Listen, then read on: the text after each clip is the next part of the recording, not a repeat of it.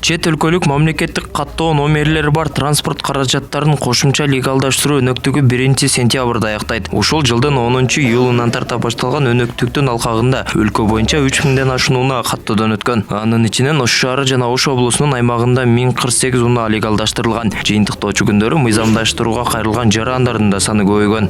Жарандар тарабынан бүт буга чейинки бүгүнкү күнгө чейин өздөрүнүн автоунаа каражаттарын мыйзамдаштыра албай аткан жарандарга өтө чоң жеңилдиктер берилди.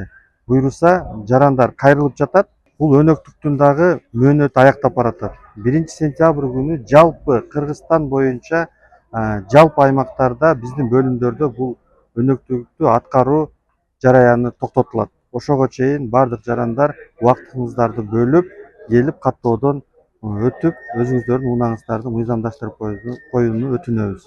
Сүйүнбек Султанбек уулу чет өлкөлүк номери бар унаасын алгачкы легалдаштыруу өнөктүгүндө мыйзамдаштырууга жетишпей калган айдоочулардын бири. Анын айтымында кошумча убакыттын берилиши айдоочулар үчүн чоң мүмкүнчүлүк болгон. Эми бул мүмкүнчүлүктү туура пайдаланып, унааларды убагында мыйзамдаштырып алуу зарыл. Ошондой эле техникалык кароодон өтүү, тиешелүү документтерди чогултуу кыйынга турбаган. Жалпысынан бардык иштерге бир күндүк убактысын короткон.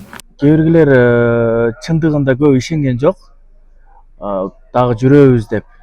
Андан кийин түшүнүштү экинчисиндечи номерди неме кылыпчы, российский номерлерди айдаганга мүмкүн эмес экен.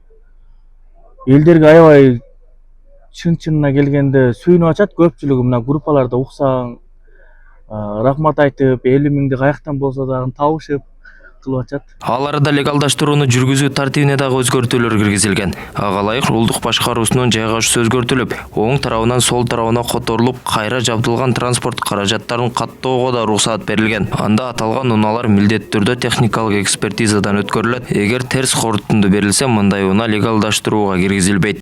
Оң рулдуу унааларды сол рулга которулган, буга чейинки аларды кайрадан мыйзамдаштыруу багытында атайын тартиптер бекитилген. Ага сөзсүз түрдө бул техникалык кароодон өтүш керек.